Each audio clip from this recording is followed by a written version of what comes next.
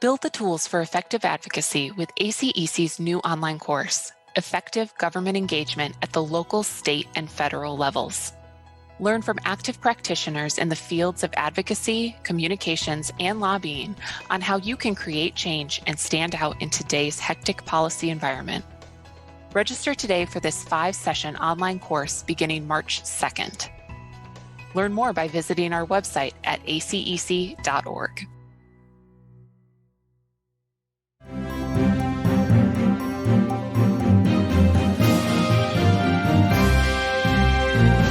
Welcome to the Government Affairs Update from ACEC for Friday, February 12th.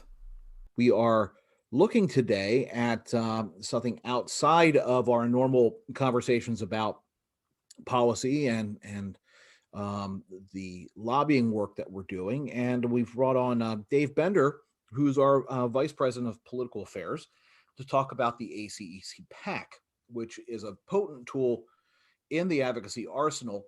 And wanted to talk about the PAC with Dave and kind of explain, really why we have one, what it does, the purpose, and, what is being done with the money that's donated through the PAC to benefit the industry. And Dave, I appreciate you taking time out of your day to join us and tackle this issue. Good to be with you, Jeff. Thanks for having me again. It's been over a year since I've been on. I know you came on right when you came on board. Yeah, right after you started and I started, and which is great. So it's good to be with you. Yeah, you're one of our first guests. That's right. Yeah, I remember that. Yeah.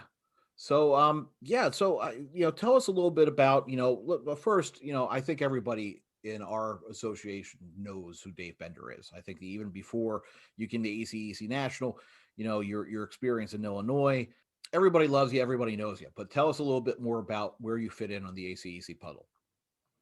Well, thanks, Jeff. I am the Vice President for Political Affairs, which oversees the political program for ACEC, which serves hand in hand, sometimes a backup to our great policy and government affairs work, who is led by Steve Hall with a number of outstanding lobbyists that we do.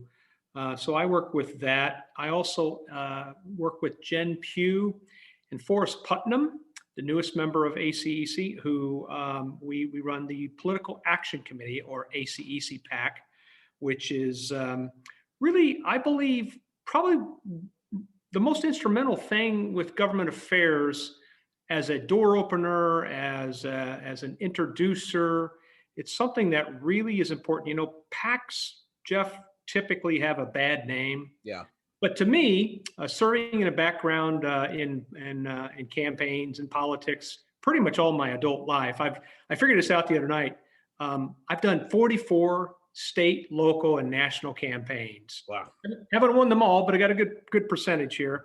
But I can't think of anything more patriotic, quite frankly, and maybe some people think that's a little strange, but I think it's very patriotic to be involved and engaged in political action. Yeah. Well, you beat me by 43 races. And no, that's true. And there is not to get wonky, but you can go back to the Federalist Papers where it talks about this stuff, about people coming together, being able to amplify their voice under a common cause. And this is an expression of that by association. That's so true. And, politics, especially today, and, we go through these, the country goes through these every now and then, these cycles, these up and down cycles. And, but the political process is not unlike anything else in life.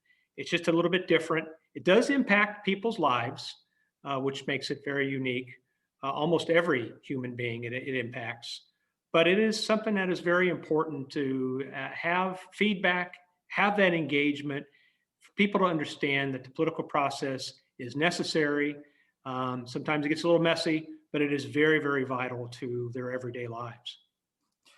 And let's put some framework around the PAC.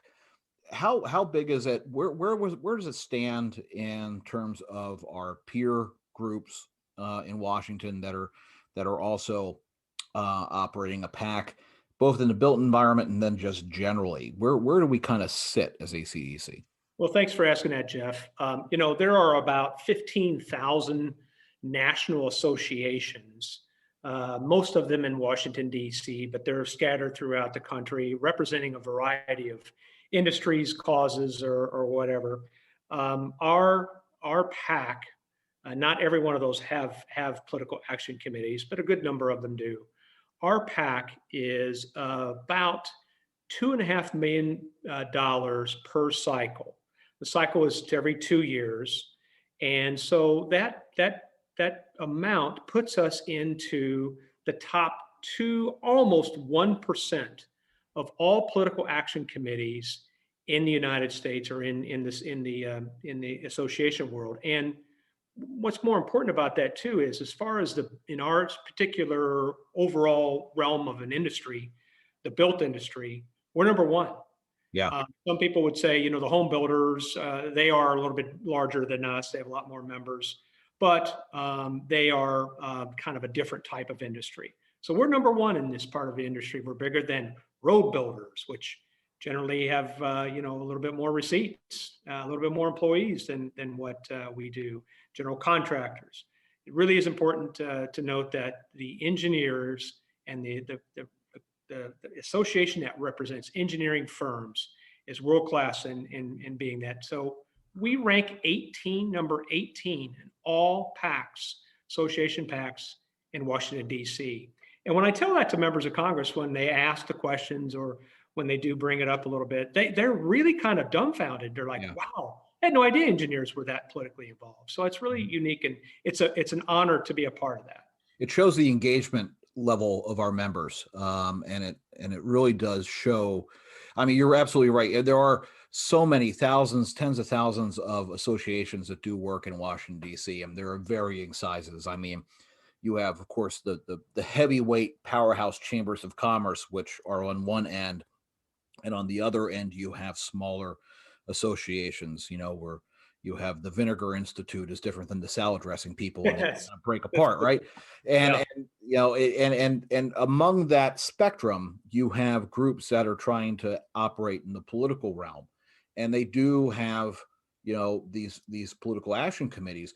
But when you're looking at number 18, I mean, we're scraping at the top 10 list right there. That kind of translates in Washington to, you guys are, for lack of a better word, you're a player in Washington, D.C. You're a voice. You're a group that we need to pay attention to. Absolutely. And it has paid off in just a short time that I've gotten here. Linda has really done a really good job of making this a priority, getting our faces out there, hosting these events, not just fundraiser events, but just meet and greets, getting togethers, having a townhouse, Jeff, on Capitol Hill, which that was Linda's, one of her first goal, and a vision of Steve's for many, many years. And he's just thrilled to have that. It really is a powerful tool, not just to host fundraising events there or handing a check, to a candidate or a member of Congress, but we use the townhouse for a lot of other things, meetings with members of Congress. We let the members of Congress host their fly-ins. They may have a couple of fly-ins that are only 10 people that are flying in from their respective districts across the country, and they use it. And it really puts ACEC in a real great positive light. Yeah, no, without question. I mean, the experience I have as a former House staffer is, having that townhouse that is steps away from the Capitol office buildings is, I mean, it really is a game changer, because it gives you a permanent presence. It gives you a physical presence on the Hill, and it makes it easier for people who have very little time on their schedules, because if they don't have meetings on the books, then they're running to and from votes, or they have a conference meeting, or they have, their own activities that they have to deal with. Getting them away from that schedule and getting them in front of your audience, that's critical. It's really hard, but having something that close to the Capitol makes it easier, not just, on the political side, but just the advocacy side, the face-to-face time. And like you mentioned, it's just not our own activities, but, outside of the political action committees that are organized through the trade association space, the parties themselves, the candidates themselves, have their own PACs that they are running to help their own members and it helps them get kind of recognized by leadership. And it gives us a location to allow those members to host their events as well. That is true, Jeff. And we hosted a couple of those recently where the national party committees want to do events where they invite other PACs to come and contribute, say hello, have a cocktail or just a soft drink and maybe some popcorn shrimp or something like that. We've been able to host those there, and that also shows you that the power of ACEC as the leader. Not only are we thought leaders in the industry, we're also political leaders in this industry too, and that also puts us in a positive light. And I think that's just going to continue to grow, Jeff. Yeah. So we've had 2,992 unique contributors, and 58, actually 718 were new, and 58% of those contributions were under $100 or less. That is correct, Jeff. And I'm glad you brought that up, because to me, yes, we value our major donors. We have a Capital Club program, which has 26 members where they give the maximum $5,000. And those are awesome to have. And we have some people that have given for several years in a row, and they're really truly our leaders. And then we have a $2,500 Chairman's Club. We have a $1,000 Millennium Club, which was 254 members last year joined that club. But to me, if you're going to have a PAC to survive, on down the road, you're not only building for now, you're building for future. It was so great to see those 700 plus people as first-time contributors, especially 58% of them given $100 or less. That's the metrics that we want to get. And I will tell you, you kind of wonder, okay, well, what brought them over to the PAC? What was it? Was it a piece of marketing we did? Was it something that people brought them there?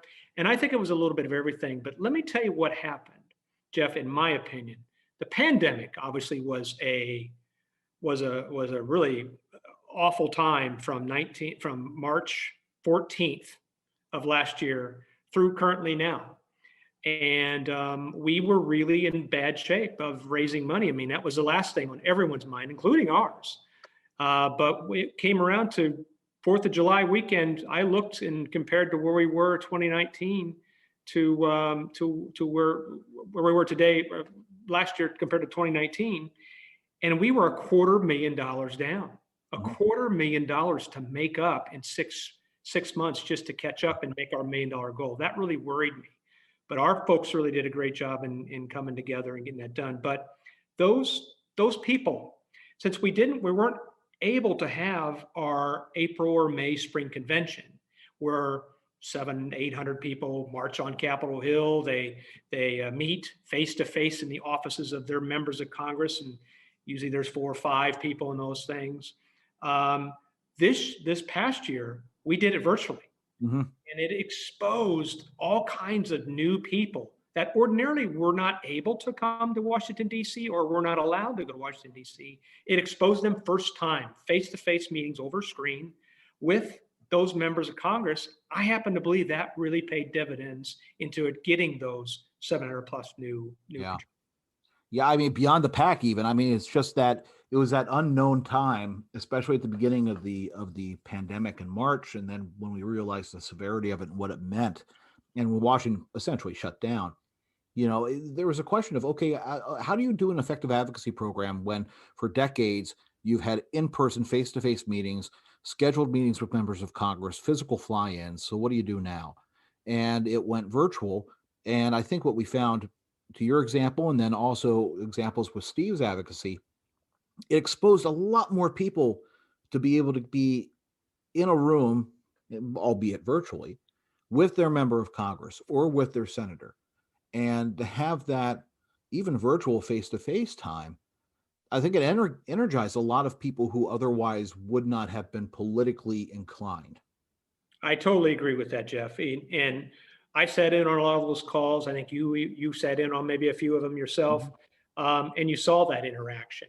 And I got the feedback back from the members and the first-time members, and I saw the enthusiasm in them. And I think overwhelmingly the visits went great. I mean, we all were a little bit unsure how this was going to work, including the members of Congress. They've never done it before like this either.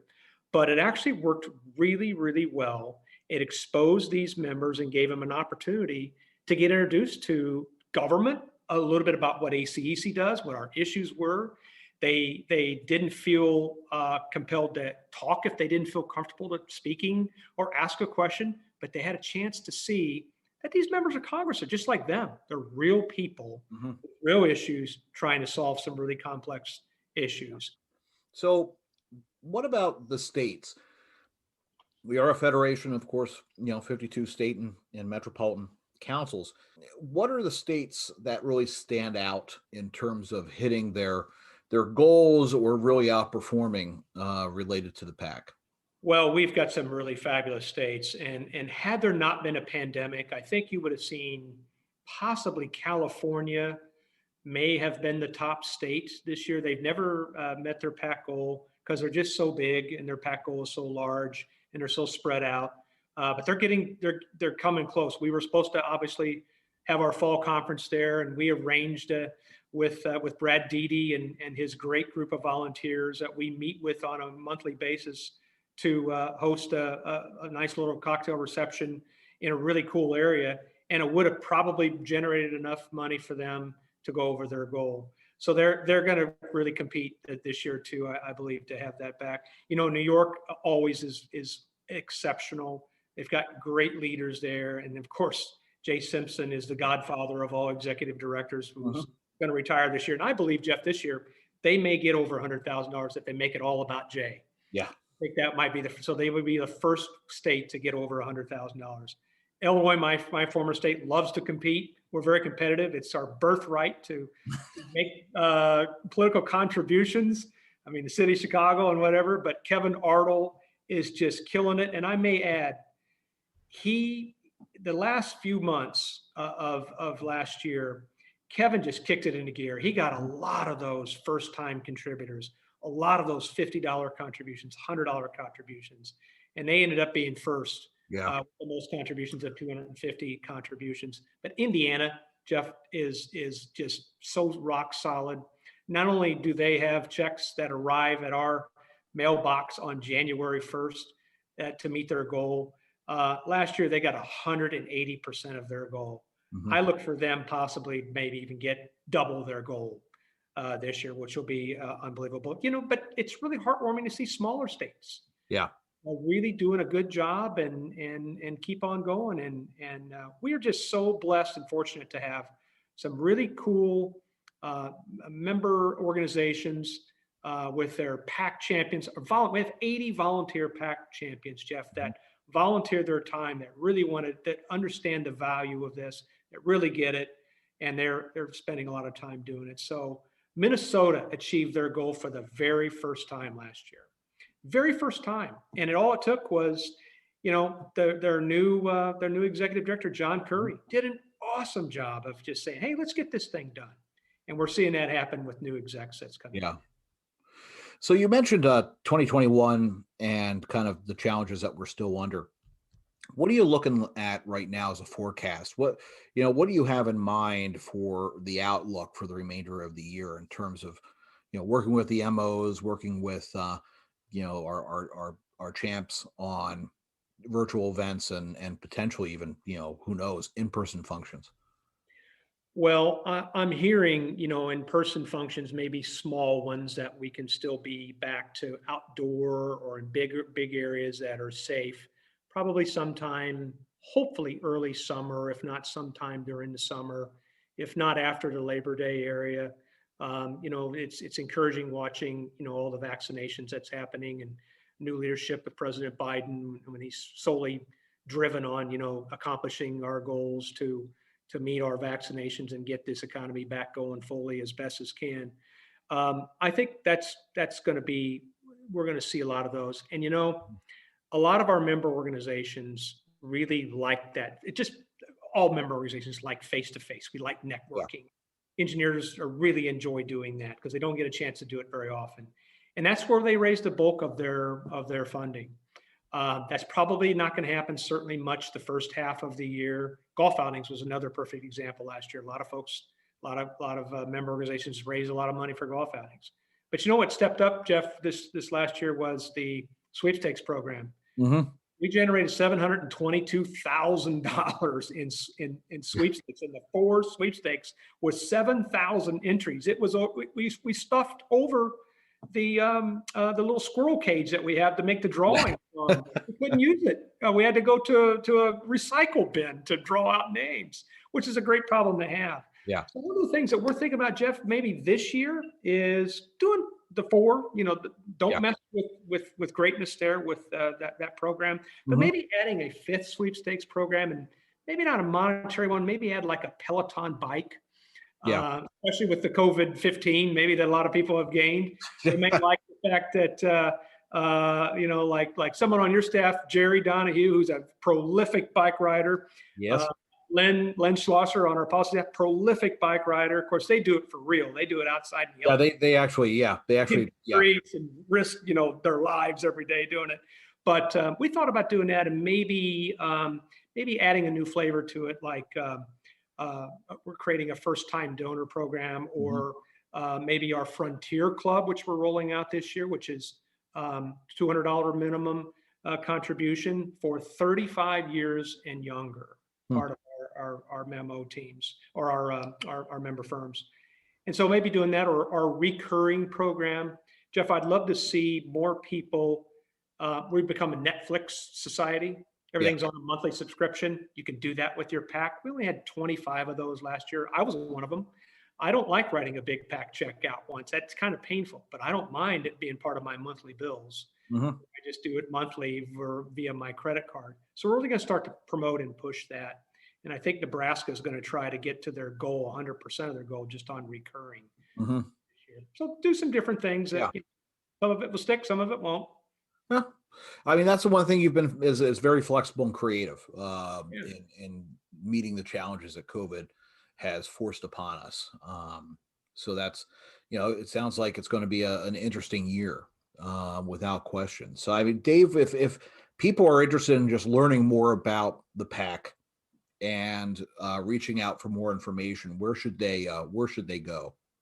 Jeff, they can go to our website. We try to keep it updated as much as we can. It's as Linda and you have done a great job of saying, okay, we need to update our website a little better, make it a little bit more user friendly, and you've made vast improvements on it.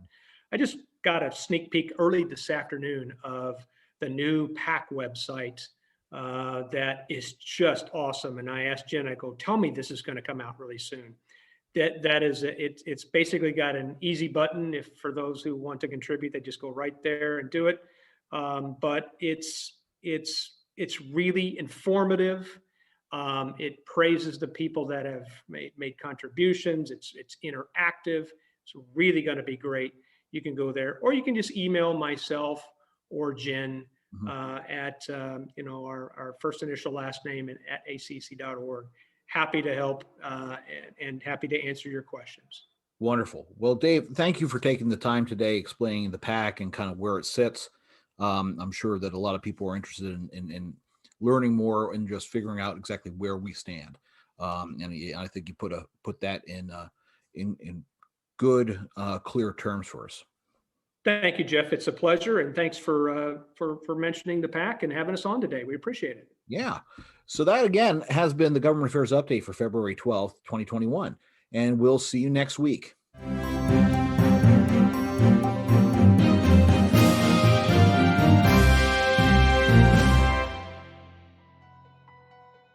Build the tools for effective advocacy with ACEC's new online course, Effective Government Engagement at the Local, State, and Federal Levels. Learn from active practitioners in the fields of advocacy, communications, and lobbying on how you can create change and stand out in today's hectic policy environment. Register today for this 5-session online course beginning March 2nd. Learn more by visiting our website at acec.org.